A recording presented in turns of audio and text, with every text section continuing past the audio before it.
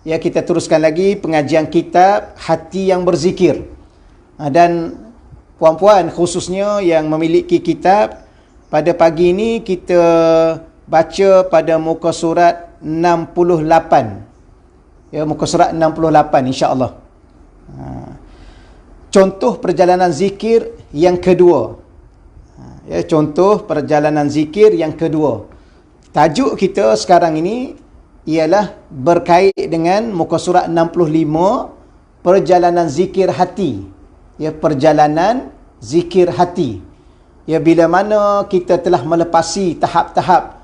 Pertamanya kita berzikir dengan lisan, kemudian kita zikir dengan hati, ya, kemudian kita paksa hati kita ataupun lisan kita supaya mengingati hati, dan akhirnya zikir itu akan bertapak di dalam lubuk hati kita, ataupun yang dinamakan isi oleh Al-Imam Al-Ghazali rahimahullahu ta'ala.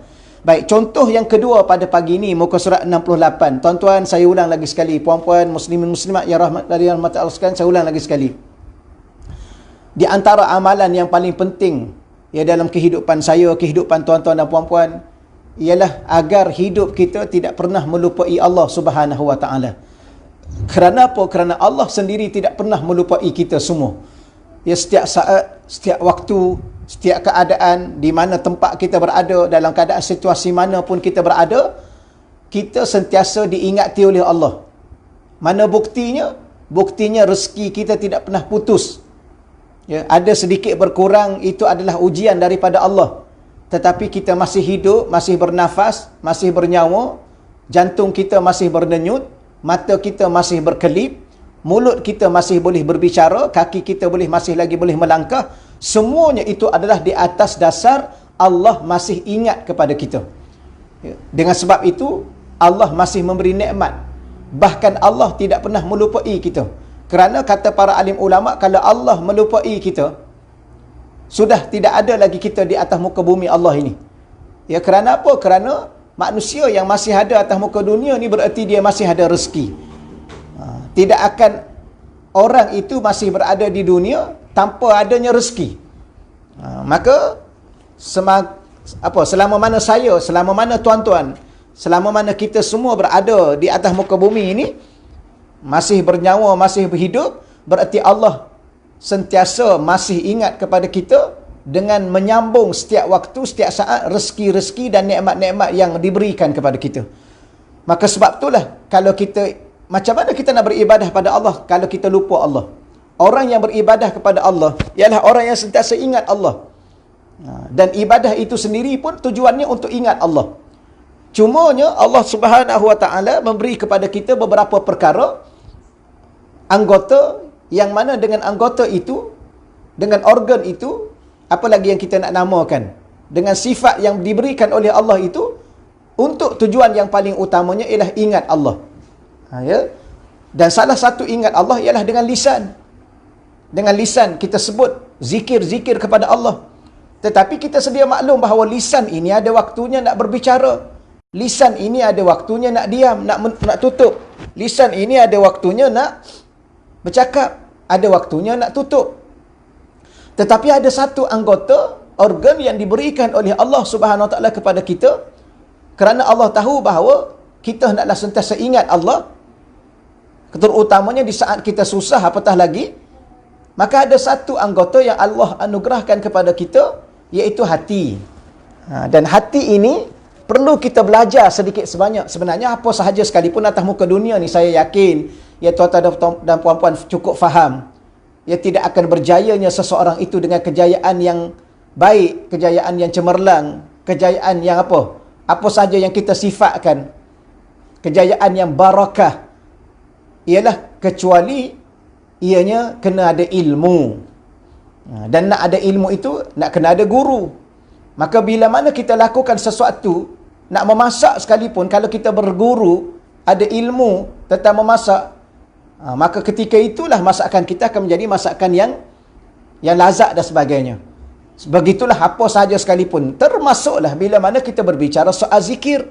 Maka imam-imam Al-Ghazali, imam-imam yang lain, Imam Abu Hasan Asyazuli dan imam-imam yang lain ini mengajar kita bagaimana berzikir. Salah satunya mereka mengajar kita berzikir melalui hati. Kerana hati ini dia tidak ada waktu. Dia tak ada waktu nak bercakap dengan orang. Kalau bercakap hati ke hati, itu istilah lain. Tapi hati ini dia tak ada suara percakapannya. Dia tak ada bunyi. Sebab tu niat itu di hati. Maka niat itu dia tidak ada lafaz. Dia ada lafaz niat, dia ada niat. Niat tidak ada lafaz. Niat itu berlaku di hati. Maka hati ini adalah mempunyai suatu sifat yang cukup istimewa. Kerana ianya tidak ada waktu untuk berhenti makan, tidak ada waktu untuk berhenti bercakap, bahkan dia tidak akan tidur. Ya, waalaikumsalam warahmatullahi wabarakatuh. Pada Puan Kak Fauziah. Terima kasih. Sekali lagi jangan lupa kuliah yang kita adakan pagi ini untuk kita dapat pahala berganda-ganda untuk kita share kepada sahabat-sahabat kita yang lain. Baik, kita mula di sini. Muka surat 68, contoh perjalanan zikir yang kedua. Baik, berkata Al-Arif Billah, Imam Ibn Atha'illah Skandari. Yang ni, kalau tuan-tuan nak detailkan lagi, puan-puan nak belajar secara mendalam, nak kena cari seorang guru dan belajar kitab hikam. Ya, kitab hikam. Saya yakin tuan-tuan dan puan-puan sudah sedia maklum. Belajar kitab hikam Imam Ibn Atha'illah Skandari. Dalam kitab tu saya petik untuk berada dalam kitab kita ini, iaitu la tatruki zikra li adami hudurika ma Allah fihi. La tatruki sekejap ya, tadi ada panggilan masuk tadi. Ya, la tatruki zikra, jangan kamu tinggalkan zikir. Li adami hudurika, lantaran hatimu tidak hadir ma Allah fihi, bersama Allah pada saat berzikir. Ni dia bagi tahu pada kita jangan kita tinggalkan zikir. Sebab ada orang ni, ustaz, saya dah zikir, subhanallah, subhanallah, subhanallah, alhamdulillah, la ilaha illallah, la ilaha illallah, tapi hati saya ni tak maulah. Ya, hati saya ni kadang-kadang dia kelain, dia lalai, dia ingat benda lain. Maka Imam Ibn Atha'illah Skandari kata, jangan tinggalkan zikir. Terus berzikir. Ya, sekalipun kita sebut la ilaha illallah, la ilaha illallah, hati kita tak nak. Ya, kadang-kadang hati kita dia nak ingat benda lain. Ataupun dia berhenti, dia diam, dia tak ikut kata-kata lisan kita, zikir kita. Maka jangan sekali-kali tinggalkan. Li'anna ghaflataka an wujudi zikri. Sebab katanya, ghaflataka, kelalaianmu, an wujudi zikri, ketika tidak berzikir. An wujudi zikrihi, ketika tidak berzikir, asyaddu min ghaflatika fi wujudi zikri, lebih buruk daripada kelalaianmu saat berzikir. Yang ni tuan-tuan dan puan-puan, satu kalam, satu kata-kata yang kita kata agak pelik jugalah, agak tinggi perbahasannya. Kerana apa? Kerana dia bagi tahu kepada kita, kelalaianmu di saat kamu tidak berzikir lebih buruk daripada kelalaianmu semasa berzikir. Zikir itu, ingat, zikir itu ialah suatu perkara nak membebaskan diri daripada lalai dan lupa. Rupa-rupanya ada dua keadaan manusia ni. Satu keadaan, dia lalai dan tidak ada zikir. Dua-dua ada pada diri dia.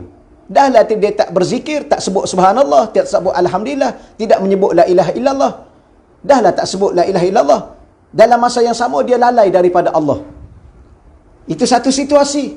Situasi yang keduanya ialah dia duk sebut la ilaha illallah, la ilaha illallah, tapi dia lalai. Ini satu benda yang pelik. Lalai itu di mana maksudnya? Di hatinya. Sebagaimana ada orang ni apa? Macam-macam lah keadaan dia. Contoh dia solat. Ada orang dia duduk tengah solat, tapi hati dia tidak bersama dengan solat. Okey ya? Dia solat, dia takbir, dia baca Fatihah, dia rukuk, dia sujud, tapi dia lalai. Sembahyang tapi lalai. Samalah macam tadi. Berzikir salah satu daripada amalan. Baca Quran, amalan. Berzikir, amalan. Berdoa, amalan. Tapi berapa ramai orang yang dia sembahyang tapi lalai, dia berdoa tapi hati dia tak ingat Allah, dia baca Quran tapi hati dia lalai. Tapi orang macam ni lebih baik daripada orang yang pertama tadi. Dahlah dia tak ingat Allah, dia tak sembahyang. Dah dia tak ingat Allah, dia tak baca Quran. Dia dah tak ingat Allah, dia tak berzikir. Dah dia tak ingat Allah, dia tak bersedekah. Dua-dua sekali. Amalan pun dia tak buat, hati dia pun tak ingat Allah. Ada situasi yang kedua pula, dia sembahyang, tapi dia lalai. Tapi lebih baik daripada yang tadi, langsung dia tak sembahyang dan dia lalai. Langsung dia tak baca Quran dan dia lalai. Langsung dia tak berzikir dan dia lalai. Jadi itulah yang dikatakan, jangan sekali-kali kamu tinggalkan zikir kepada Allah sekalipun hati kamu lalai. Jangan tinggalkan. Teruskan berzikir, subhanallah, subhanallah, subhanallah. Kan saya pernah sebut, ada seorang tu dia bertemu dengan seorang ulama. Dia kata, wahai ulama, aku ni berzikir dengan lisan, tapi hati aku lalai. Macam mana? Apa pandangan kamu? Maka ulama tu menjawab. Dia kata, teruskan. Ya, macam mana aku nak teruskan dalam keadaan hati aku lalai? Dia kata, teruskan, sekurang-kurangnya ada satu anggota kamu yang sedang berzikir, walaupun ada anggota lain yang sedang lalai. Daripada kedua-duanya atau keseluruhan anggota kita, semuanya lalai. Mata kita lalai, telinga kita lalai, mulut kita bercakap benda yang lalai, hati kita pun lalai juga. Bahkan tingkah laku kita semua dalam keadaan lalai. Ya, jangan biarkan sekurang-kurangnya ada salah satu anggota kita ingat Allah. Itu yang dikatakan maksud dalam kitab kita pada muka surat 68 ini ialah kelalaianmu kepada Allah ketika tidak berzikir adalah lebih buruk daripada kelalaianmu saat kamu berzikir. Ya, kalau hati saya, hati tuan-tuan dan puan-puan susah sangat dia nak ingat Allah, kita ambil tasbih atau apa-apa, atau tak ambil tasbih pun, tak pegang tasbih pun tak ada masalah. Mulut kita teruskan subhanallah, subhanallah, subhanallah, subhanallah, subhanallah, subhanallah. Teruskan. Okey, kemudian katanya lagi, fa'asa an yarfa'aka fa'akallah min dzikrin ma'a wujudi ghaflah ila dzikrin ma'a wujudi yaqazah. Yang ni yang dinamakan perjalanan zikir.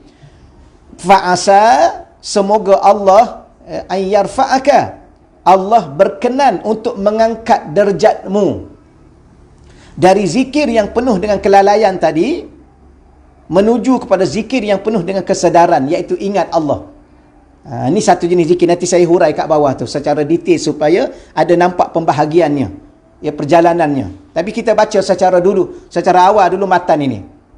Katanya, kalau kamu teruskan subhanallah, alhamdulillah, Allah akbar, walaupun hati kita lalai, jangan pernah berhenti, jangan pernah kecewa, jangan pernah rasa putus asa, teruskan seperti biasa, ya, supaya hati dan jiwa kita sentiasa ingat Allah. Teruskan seperti biasa supaya lisan kita kurang-kurangnya ingat Allah.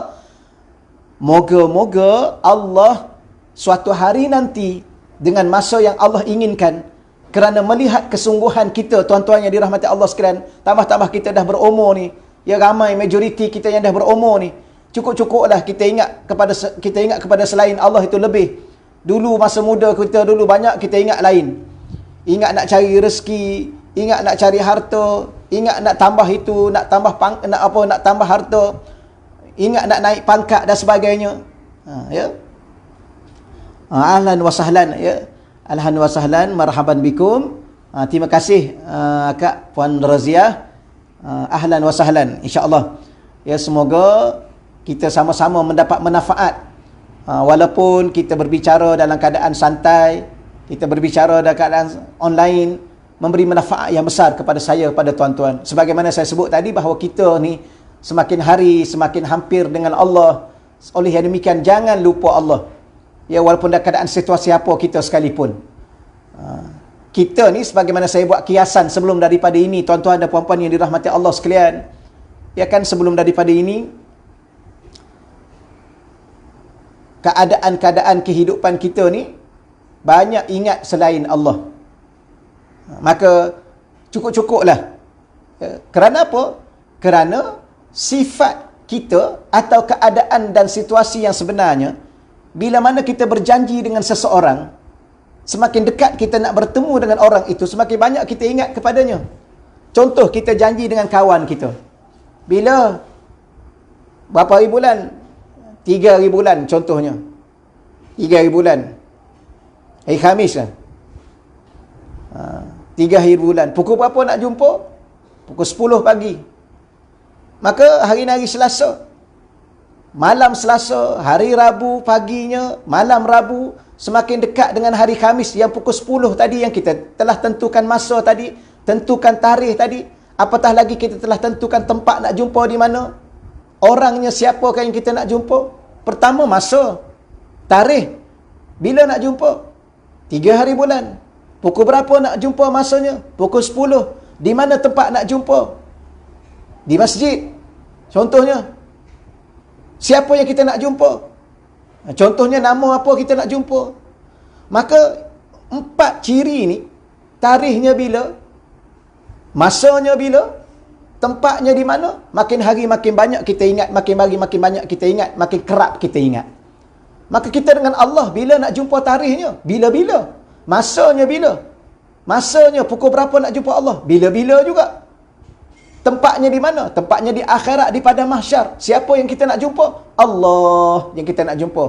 Maka bila-bila masa saja kita kena ingat kepada Allah, kerana nak bertemu dengan Allah itu paling-paling kurang bila kita ke alam barzakh. Bila nak pergi alam barzakh? Bila-bila masa. Maka situasi-situasi beginilah yang akan menyebabkan, sepatutnya saya sendirilah secara peribadinya, ya, saya susun buku ini, tujuan yang paling besarnya supaya diri saya dan anak isteri saya, dan berkongsi dengan tuan-tuan dan anak isteri tuan-tuan, agar sentiasa ingat Allah. Tengok sama-sama situasi yang ada hari ini. Siapa yang boleh bantu kita hari ini? Ya, dalam keadaan COVID-19, ya, hampir setiap hari ribuan kes yang baharu. Ya, ribuan kes yang baharu. Kejap turun, sekejap sikit, naik lagi.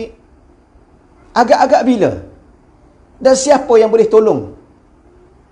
Kita tidak tahu bila. Dan hanya Allah saja yang boleh tahu, yang boleh tolong dan bantu kita semua dalam keadaan begini sekali.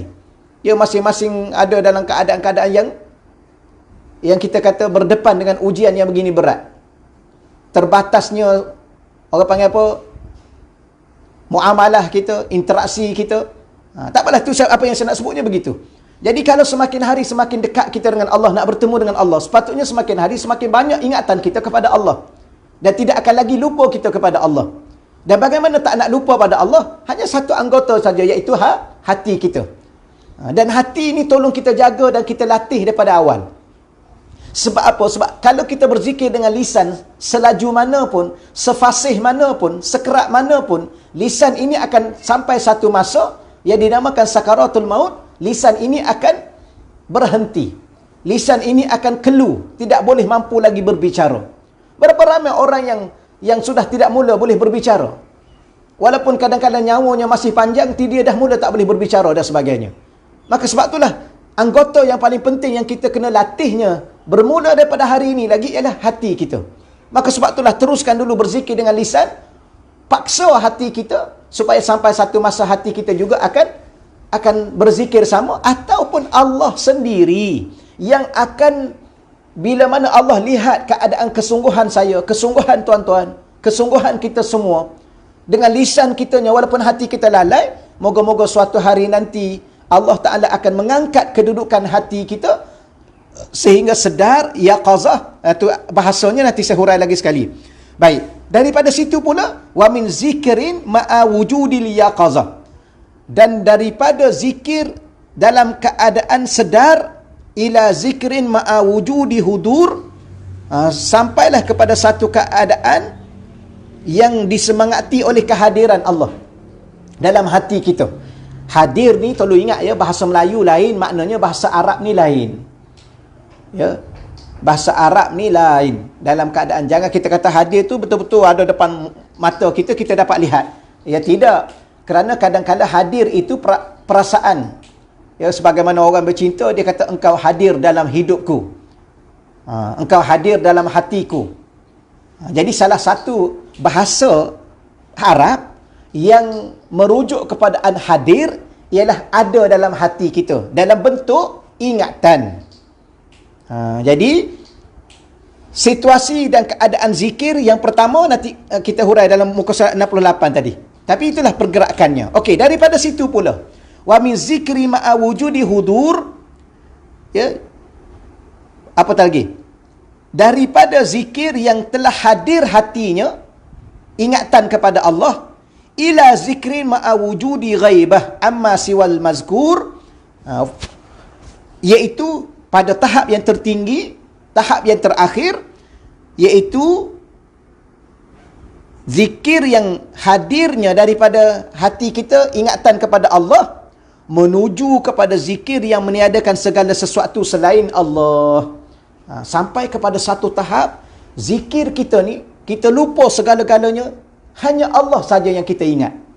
Tuan-tuan dan puan-puan, kadang-kala lah, contoh dalam sembahyang sekalipun, ya minta maaf sekejap, contoh dalam sembahyang sekalipun, dalam keadaan dia angkat takbir Allahu Akbar, qiyam, kemudian dia baca Fatihah, dia baca surah, kemudian Allahu Akbar, dia rukuk, sampai iktidal, sampai dia sujud, duduk antara dua sujud, dia sujud pertama, sampailah kalau sembahyang itu 4 rakaat, ya, 4 rakaat. Masa tu saya nak tanya tuan-tuan dan puan-puan, masa tu dalam keadaan kita disebut Allahu Akbar, Sami Allahu liman hamidah, Allahu Akbar, berapa benda kita ingat? Allah pun kita ingat, apa lagi yang kita ingat? Rumah, kenderaan, anak, kerja. Jadi ada yang kita nak belajar ni, hanya hati saja yang boleh melakukannya, ya, iaitu dalam satu situasi bila mana kita lepas satu persatu sampai kepada satu tahap, hanya Allah saja, yang lain semua dia lupa, dia tak ingat. Yang sepatutnya sembahyang pun macam tu lah sepatutnya. Bila mana kita mula angkat saja takbiratul ihram, semua yang lain kita lupa. Anak kita lupa, isteri kita lupa, suami kita dah lupa. Dalam tempoh sembahyang itu, 4 rakaat itu, 3 rakaat dan 2 rakaat itu subuh itu. Rumah kita lupa, kenderaan kita lupa, segala pekerjaan kita lupa. Itulah orang yang paling hebat hati dia dengan Allah. Ini yang kita nak belajar ni. Bila mana bagi saja salam, Assalamualaikum warahmatullahi, Assalamualaikum warahmatullahi, okey, selesailah sembahyang. Bila mana selesai sembahyang, pada masa tu bolehlah kita ingat itu dan ini. Tapi ke situasi dan keadaan sekarang, saya dan tuan-tuan tidak capai ke tahap seumpama itu. Sebab itulah kadang-kala nilai sembahyang kita, nilai ibadah kita, yang lain-lain termasuklah baca Quran dan sebagainya, sepatutnya bermula saja kita baca Quran, a'udzubillahi minasyaitanirrajim, bismillahirrahmanirrahim, kita mula baca Quran.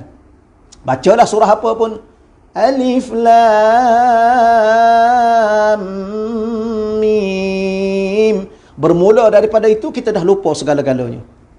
Kerana apa? Kerana membaca Quran itu adalah bicara kita dengan Allah, interaksi kita dengan Allah, percakapan kita dengan Allah. Maka kita dah mula lupa kepada segala-galanya. Itu sepatutnya. Di mana lupa dan ingat itu? Di hati. Boleh insya-Allah ya? Baik, daripada situ saya rekaskan begini. Kata-kata Imam Ibn Athaillah Iskandari merupakan satu gambaran sebagaimana zikir perlu diteruskan dan jangan sekali-kali ditinggalkan, kerana ianya adalah melalui suatu perjalanan dengan kehendak dan keizinan daripada Allah. Yang ni yang kita nak. Ya, kita terus ingat Allah. Kerana ingat Allah ini salah satu daripada sebuah perjalanan yang akan membawa diri dan hati kita ingat Allah dengan kehendak Allah, dengan izin Allah. Tuan-tuan dan puan-puan, Allah, kadang-kadang kita kena sedar begini. Di saat Allah Ta'ala campak ke dalam hati kita, ingat kepadanya, itu bermakna Allah ingin kita ingat kepadanya dan dia ingin ingat pada kita. Kerana Allah sebut, fadhkuruni adhkurukum. Kamu ingat kepadaku, aku pasti ingat kepada kamu. Tetapi bagaimana Allah nak suruh kita ingatkan dia? Dia campak ingatan itu ke dalam hati kita. Kalau harap kepada saya, tuan-tuan dan puan-puan, kita ni siapa? Manusia. Siapa manusia? Pelupa, pelalai. Cuma pelalai itu jaranglah kita guna. Pelupa tu selalu kita guna. Itulah sifat asal kita sebagai manusia. Kerana an-nas itu dalam bahasa Al-Arab itu daripada nasia. Setengah ulama kata daripada nasia. Apa makna nasia? Nasia tu maknanya lupa. Ada setengah ustaz kita dia bergurau. Dahlah kita tu namanya manusia. An-Nas. Ada satu surah, surah An-Nas. Surah An-Nas tu pula diulang perkataan An-Nasnya sebanyak 6 kali. Qul a'udzu birabbin nas, malikin nas, ilahin nas, min syarril waswasil khannas, allazi yuwaswisu fi sudurin nas, minal jinnati wan nas. 6 kali. Kenapa sampai 6 kali? Mungkin salah satu rahsia dan hikmahnya, manusia ni nak kena bagi tahu 6 kali atas satu perkara. Ya. Kalau tak sampai 6 kali atas satu perkara, mungkin dia tak boleh ingat. Itu pun kadang-kadang bukan 6 kali, 60 kali pun lupa juga. Itulah. Baik. An-Nas itu pula daripada perkataan nasiya. Salah satunya. Apa makna nasiya? Nasiya tu maknanya lupa. An-Nas pelupa. Ada ustaz kita dia bergurau. Dahlah kita ni daripada perkataan asalnya nasiya. Kita pula orang Melayu. Melayu pula makan nasi. Nasi. Apa makna nasi? Lupa. Nasiya berlupa. Dan kita ni adalah manusia yang berlupa. Gitulah. Tapi bila mana kita pula diingatkan oleh Allah, fadhkuruni, hendaklah engkau ingat kepada aku. Macam mana pelupa nak ingat? Maka dengan kehendak Allah, dengan izin Allah, maka sesiapa yang boleh berzikir kepada Allah itu, bererti dia sedang diberi suatu nikmat untuk ingat Allah. Dengan sebab dia diberi nikmat oleh Allah untuk ingat Allah, dengan sebab dia ingat Allah itu, Allah akan ingatnya dengan sebab keizinan Allah. La haula wala quwata illa billahil aliyil azim. Sebab tu kita kena bersyukur. Kita dapat ucap alhamdulillah. Kita kena lafaz satu lagi, alhamdulillah. Kerana apa? Kerana dapat ucap alhamdulillah. Subhanallah, alhamdulillah. Kerana apa? Kerana terima kasih ya Allah, kami memujimu ya Allah, kerana engkau mengingatkan lisan kami, hati kami, mengingatkan diri kami, dan menggerakkan lisan kami untuk sebut subhanallah. Tuan-tuan dan puan-puan, macam Kak Nurliah, ya, memberi salam kemudian mengucapkan alhamdulillah. Macam pagi inilah, ya, dalam keadaan kita masing-masing sibuk bekerja sana, bekerja sini. Sibuk tu sibuk atas dasar masing-masing ialah mengatasi kehidupan masing-masing dengan ujian yang ada. Tapi dalam masa yang sama Allah Subhanahu Wa Taala memberi ruang kepada saya, memberi ruang kepada tuan-tuan untuk duduk sekejap. Ya, duduk sekejap di hadapan telefon masing-masing, komputer masing-masing, mempelajari benda-benda yang salah satunya akan memberi suatu manfaat yang paling besar dalam hidup saya, dalam hidup tuan-tuan. Ya. Sebagaimana ada dalam satu kitab tu, dalam ni pun saya tulis secara ringkas, dekat 100 faedah bila mana kita ingat Allah. Ada satu kitab tu dia tulis 100 faedah ingat Allah. Dan faedah yang paling tingginya sekali antaranya ialah Allah ingat kepada kita. Tuan-tuan dan puan-puan, kadang-kadang kita sebagai seorang ibu, seorang ayah, ibulah paling hebat ingatannya kepada anaknya. Tidak ada suatu ingatan yang paling hebat, tidak ada satu kasih sayang yang paling hebat antara sesama makhluk ini selain daripada Rasulullah yang mencintai umatnya. Selain itu, yang keduanya ialah ibu kepada anaknya. Tetapi ada waktu-waktunya ibu ini lupa juga kepada anak dia. Kerana dia fokus kepada apa-apa yang lebih penting daripada itu, kehidupan dunia dan akhirat dia. Apatah lagi anak, lagilah dia lupa pada ibu dan bapa dia. Tak payah tanya dah. Tetapi Allah Subhanahu Wa Taala, bila mana contoh kita kata ibu ingat pada anak, anak belum tentu ingat pada ibu. Seorang suami ingat pada isteri, isteri ingat pada suami. Kadang-kadang di antaranya, salah satunya, belum tentu dia ingat. Kita ingat isteri kita belum tentu ingat pada kita. Kadang-kadang suami, isteri ingat pada suami, suami belum tentu ingat kat isteri. Ibu ingat pada anak, anak belum tentu ingat pada ibu. Tetapi Allah, di saat kita ingat kepadanya, langsung dia akan ingat kepada kita. Fadhkuruni adhkurkum. Maka kata ulama, bila mana Allah ingat kepada kita, itu satu nikmat yang terbesar dan terindah dan tak mampu nak kita nilai. Kerana Allah ni kalau dia ingat pada kita, dia tak ingat saja-saja. Kadang-kadang kita ingat kawan kita. Ingatlah kat mana? Kak Mat tu, ingatlah Kak Man tu, contohnya. Tapi ingat gitu je lah. Kadang-kadang kita jumpa, itu jarang-jarang sangat lah. Tapi Allah, bila mana dia ingat pada kita, bila mana kita ingat pada Allah, Allah ingat pada kita, maka kita akan selamat dunia dan akhirat kita. Ya, Allah akan selamatkan dunia dan akhirat kita. Bahkan kita tahu, tuan-tuan yang dirahmati Allah sekalian, apatah lagi akak-akak yang dah banyak pengalaman dalam hidup, anak-anak pun dah bekerja, dah besar, dah ada cucu dah. Kita dah faham dah, hidup dunia ni, ini je lah yang ada. Sekaya mana orang yang kita tengok, orang tu subhanallah kayanya dia, rumahnya besar, keretanya banyak, harta bendanya banyak, pengaruhnya besar, pangkatnya besar. Apa? Itu je lah. Kalau dia makan nasi, paling-paling banyak pun 3 pinggan aja. Ya. Rumah yang begitu besar, ada 10 bilik, ada 20 bilik, dia tidur 1 bilik tu aja. Betul ya? Bahkan dalam bilik yang dia tidur tu, bilik dia besar, kadang-kadang bilik dia subhanallah besar. Dalam bilik tu subhanallah ada tempat rehat pula, bukan tempat tidur. Ada meja rehat, ada kerusi rehat, ada TV. Kadang-kadang kalau dia tak keluar daripada bilik dia itu pun, dah ada semua dah. Tandah tak payah cerita lah. Tandah dah ada kat situ. Ya. Ruang makan pun ada dalam bilik tu. Tapi biasa dia tidur di atas katil. Besarnya katil dia.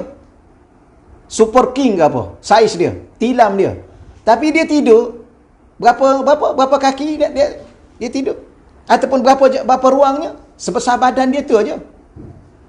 Kadang-kadang dia tidur ujung katil tu. Itu aja nikmat yang ada atas muka dunia, sehebat mana pun. Dia naik kereta Ferrari, sehebat mana kereta dia tu pun.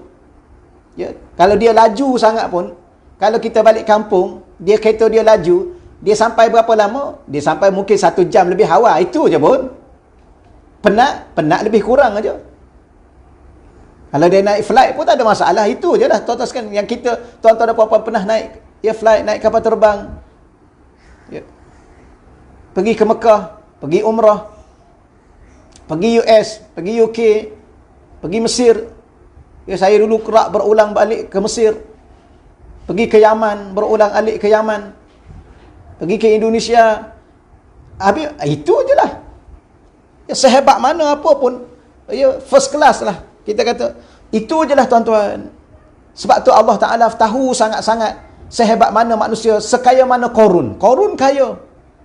Akhir sekali apa jadi pada Korun? Ditenggelamkan dalam bumi beserta dengan harta dia. Itu je lah yang dia ada. Fir'aun, hebat Fir'aun. Kaya-kaya, subhanallah. Dia boleh bina binaan yang sampai hari ni tak runtuh binaan yang dia bina.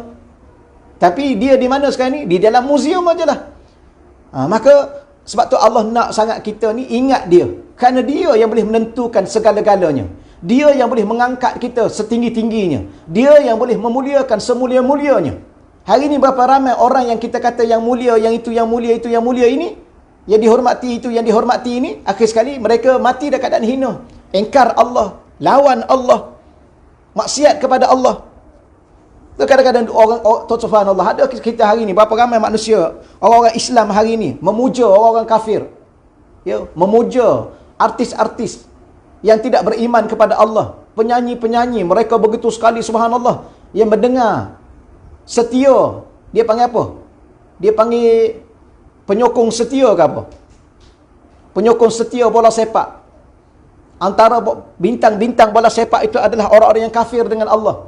Begitu sekali ada orang Islam yang setia dengan mereka. Dan mereka pula kaya-raya. Akhir sekali mati, Allahumma neraka. Itu je lah selebihnya.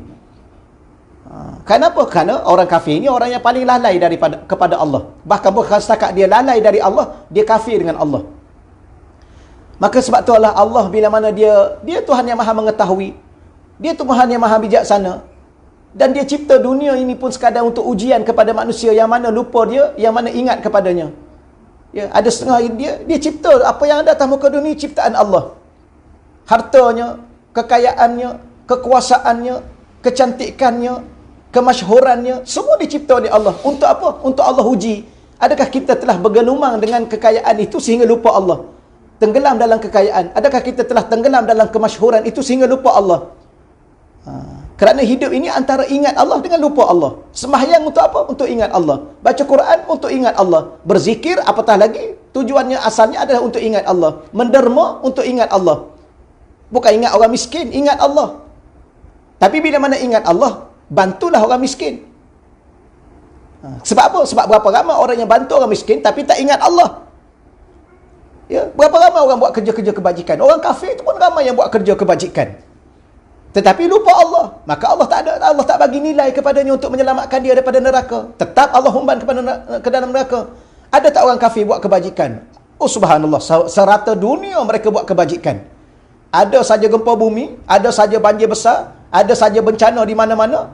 Ya, apa lagi? Pertubuhan kebajikan mereka pasti akan sampai. Membantu. Maknanya mereka ada buat kebajikan. Tapi kebajikan itu untuk apa? Untuk diri mereka. Untuk nama kembali kepada mereka.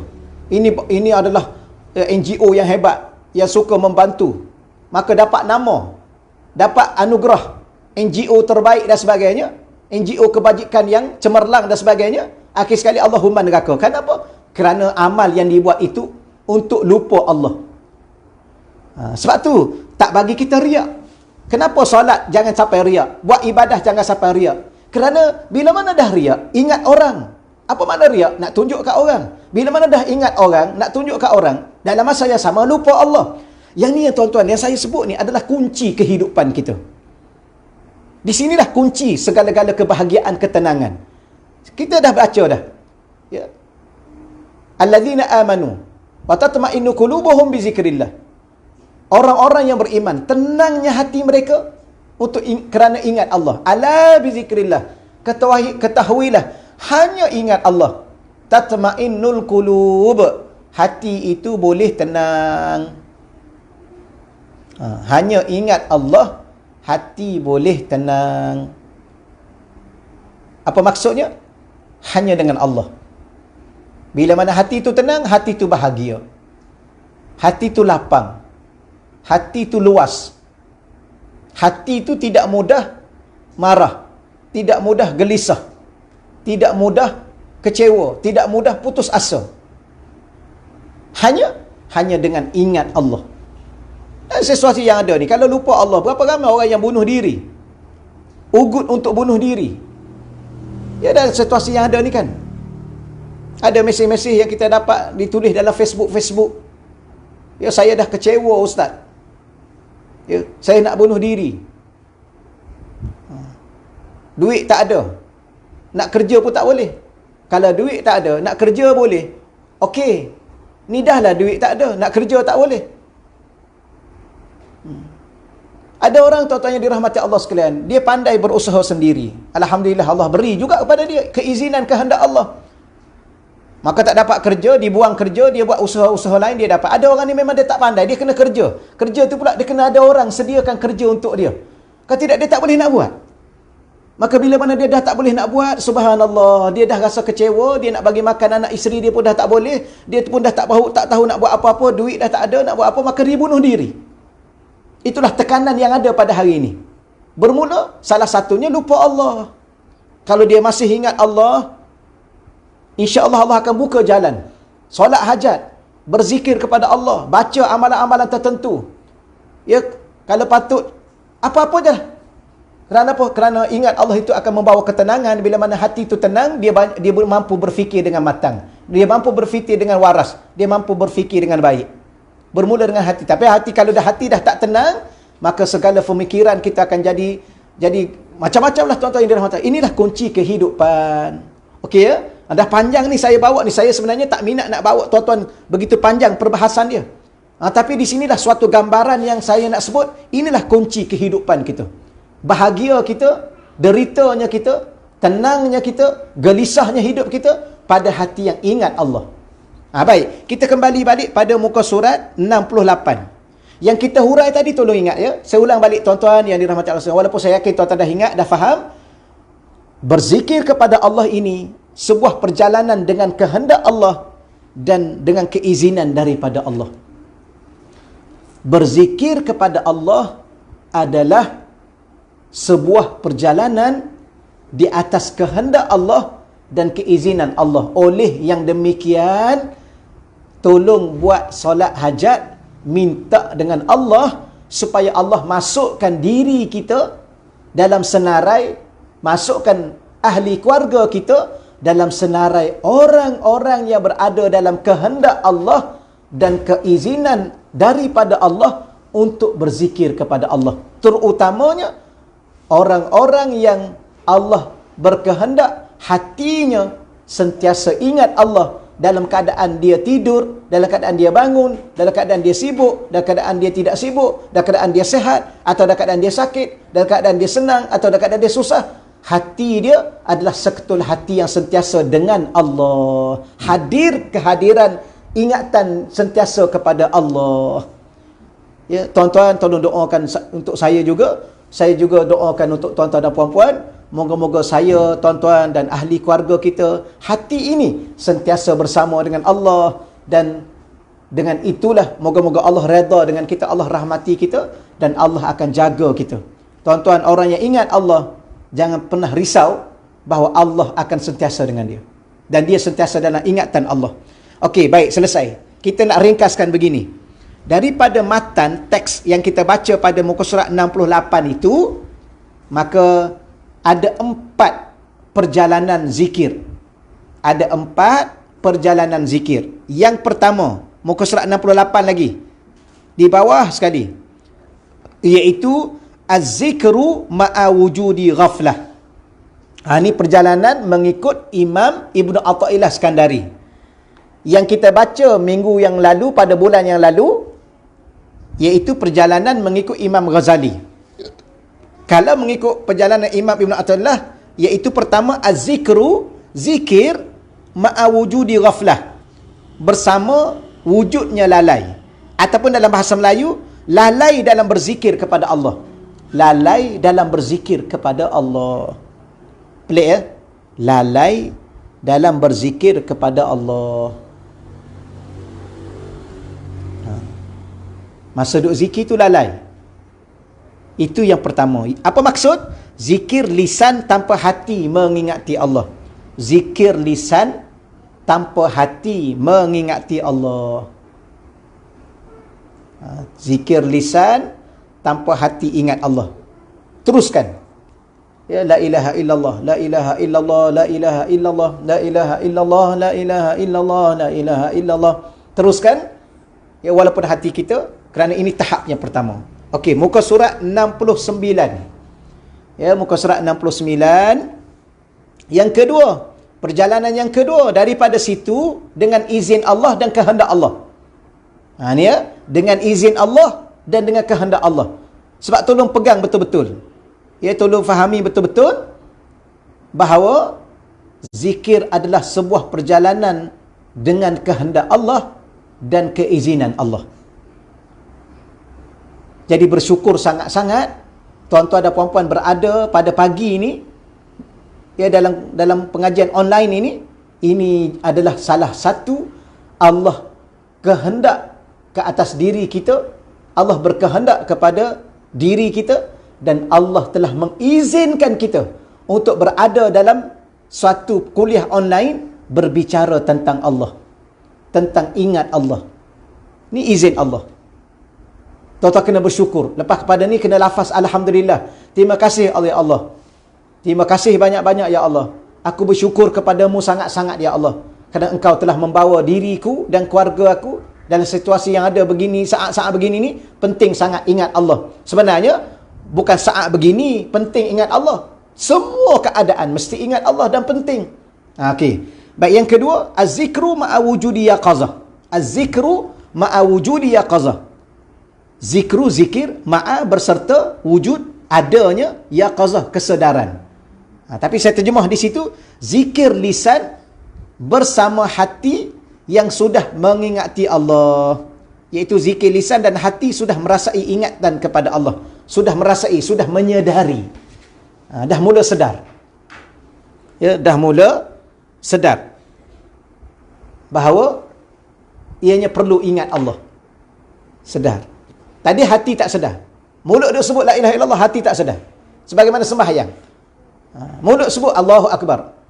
Sami Allahu liman hamidah. Hati tak tahu ke mana. Dia tak sedar bahawa dia sedang sebut Sami Allahu liman hamidah. Dia tak sedar bahawa Sami Allahu liman hamidah yang dia sedang sebut itu, dia dalam solat. Solat itu pula solat pada rakaat yang pertama. Dia tak sedar. Dia rasa dah habis dah. Ada kadang-kadang dia tak sedar solat yang disebut Sami Allahu liman hamidah itu, dia tak sedar. Itu ada sudah rakaat yang keempat. Tapi dia tambah satu lagi sampai rakaat yang kelima. Kenapa? Kerana hatinya tak sedar. Sama juga zikir. Ya, dia tak sedar dia sebut la ilaha illallah, la ilaha, dia tak sedar, dia tak tahu apa-apa. Tapi lisannya dia sebut la ilaha illallah. Sama juga orang yang berdoa. Ya, amin, amin, amin. Tapi hati dia tak sedar bahawa dia sedang memohon kepada Allah, perkenankanlah ya Allah, amin ya Allah, amin ya Allah, amin ya Rab, amin ya Rab, perkenankanlah ya Allah. Rupa-rupanya dia tidak sedar.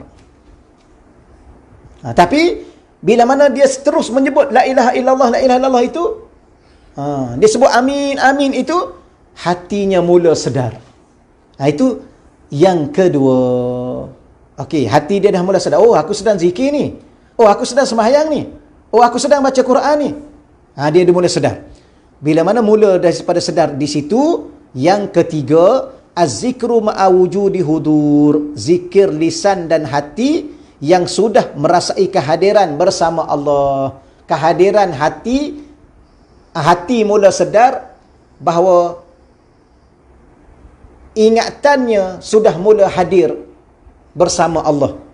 Ataupun ingatannya sudah ingat kepada Allah. Tadi dia baru mula sedar, dia sedang berzikir. Dia sedang berzikir la ilaha illallah. Apa la ilaha illallah itu? Iaitu ingat Allah. Tiada Tuhan melainkan Allah. Allahu Akbar. Allah Tuhan yang maha besar. Subhanallah. Allah Tuhan yang maha suci.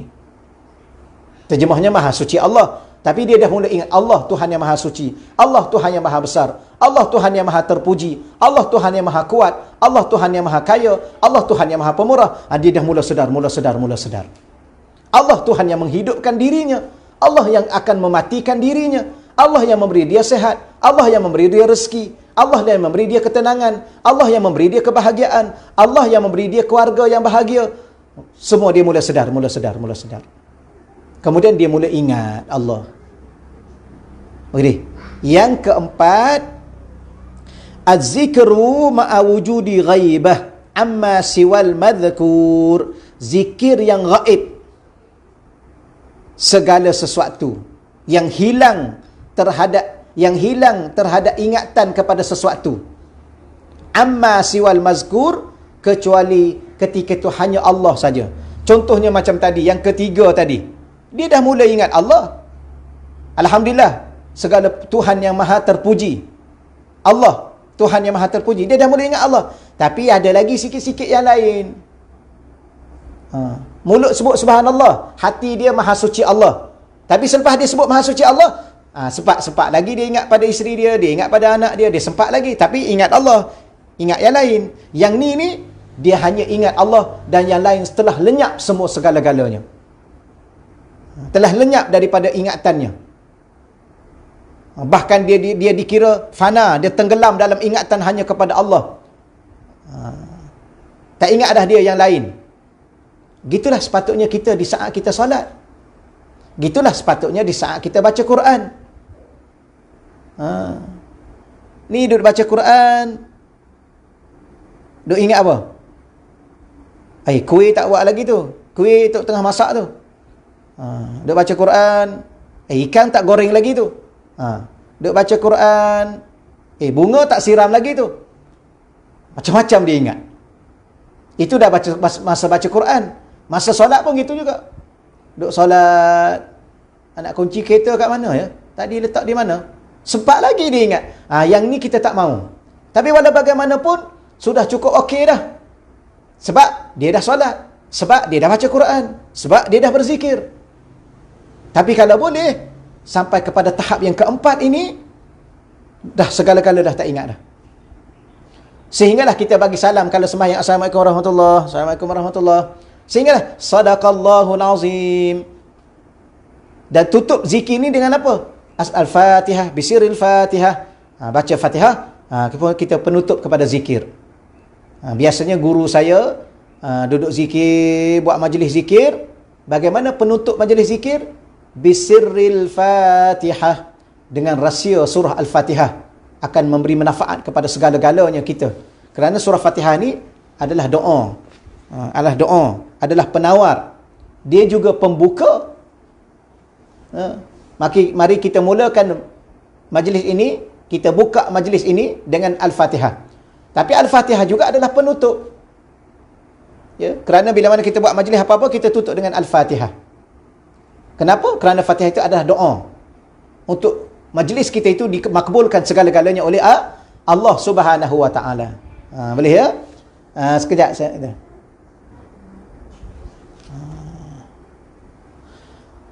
Baik, saya rasa untuk kuliah kita pagi inilah kita 1 jam suku boleh dah, insya-Allah ya.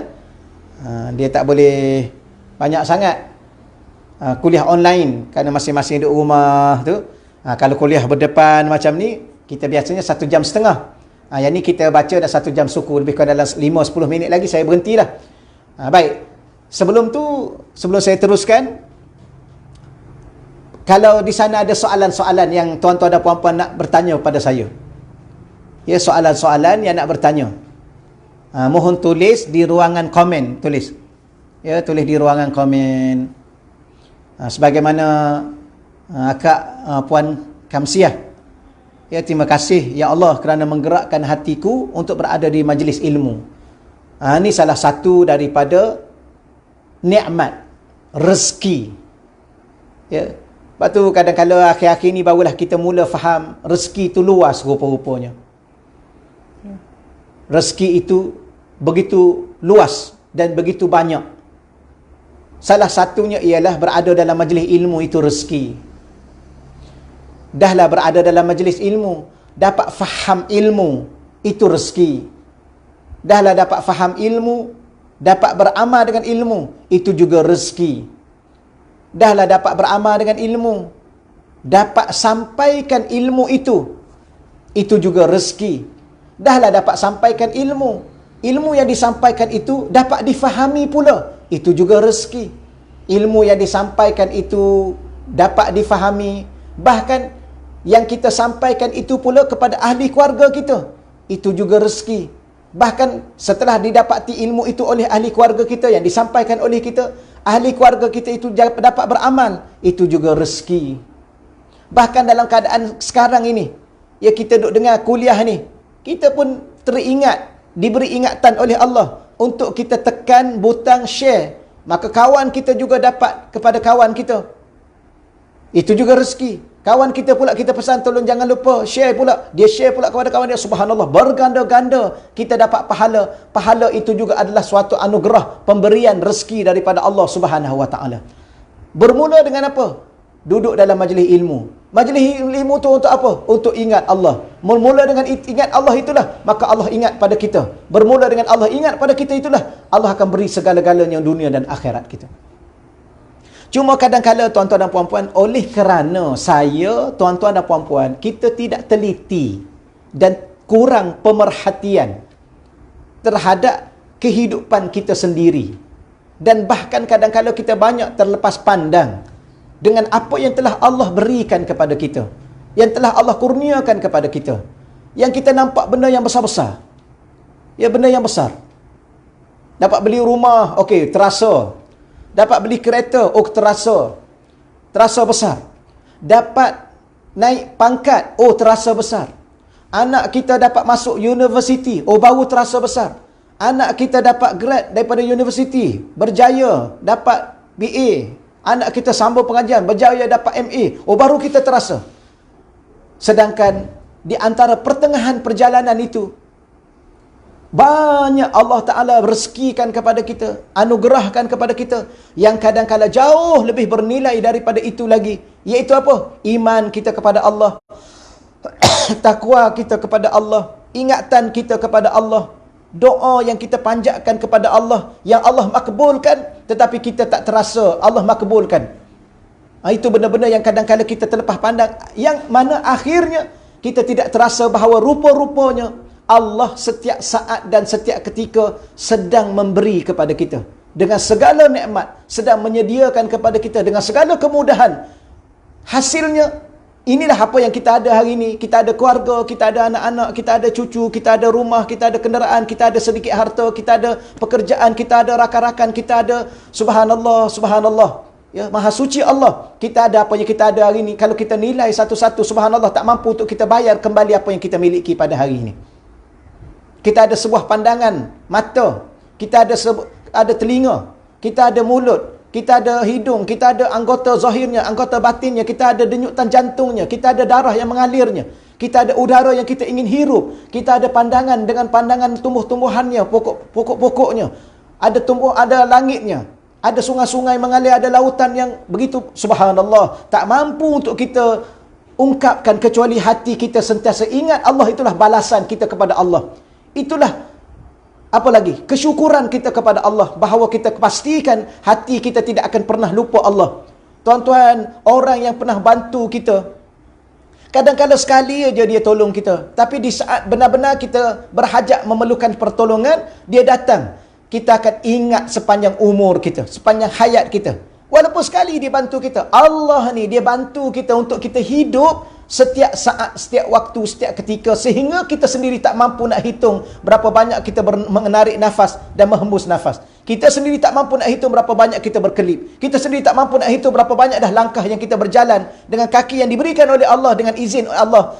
Kerana berapa ramai orang yang masih ada kaki sudah tidak mampu bergerak dan mampu berjalan. Inilah cerita yang sedang kita cerita. Cuma kadang-kadang bila mana kita baca kitab, dia nampak macam formal. Nampak macam serius, nampak macam ini pun boleh baca ustaz. Tapi sebenarnya inilah kuncinya, yang mana kehidupan kita ni barulah kita akan nampak dengan mata kita. Mata ni ada dua, satu mata kepala kita yang ni, satu lagi mata hati kita. Kita nampak subhanallah, betapa apa yang kita sedang lalui ini seluruhnya dari Allah. Seluruhnya dari kurniaan Allah, segala-galanya dari pemberian Allah, segala-galanya atas kehendak dan izin Allah. Maka kalau inilah keadaan sebenarnya, kenapa kita lupa Allah? Maka tak akan mungkin kita lupa Tuhan yang begini pemurah, Tuhan yang begini penyayang, Tuhan yang begini segala-galanya menyusun untuk hidup saya dengan tuan-tuan. Tak akan sekali-kali kita lupa. Tapi kenapa kita lupa? Itu adalah salah satu daripada perangai buruk kita. Ya, kalau dalam bahasa Arab disebut qalilul adab. Kalau terjemah literal, ialah sedikit adab. Tapi setengah-setengah ustaz kita diterjemah buruk adab, jahat adab kita dengan Allah. Allah ingat kita, Allah tak pernah lupa kita, Allah sentiasa menyayangi kita, Allah sentiasa memberi kepada kita, tapi kita sentiasa lupa Allah. Ini dipanggil jahat sangat adab kita, akhlak kita dengan Allah Subhanahu wa taala. Ni benda-benda begini subhanallah, jangan pernah sekali-kali kita lupa. Okey, setakat itulah saya ingat untuk diri saya, untuk diri tuan-tuan dan puan-puan. Moga-moga pengajian kita pada pagi ini merupakan suatu noktah kehidupan kita, untuk kita berjalan kepada noktah-noktah yang seterusnya, perhentian-perhentian yang seterusnya dalam kehidupan dunia ini. Kerana dunia adalah sebuah perjalanan yang begitu jauh untuk kita bertemu dengan Allah yang dekat dengan kita.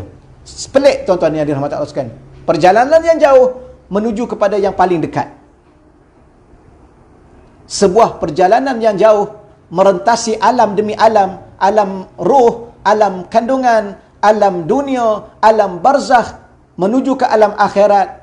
Jauh kita berjalan melintasi alam-alam yang begitu banyak, yang berbeza-beza, namun sedang menuju kepada Tuhan Allah yang paling dekat dengan diri kita.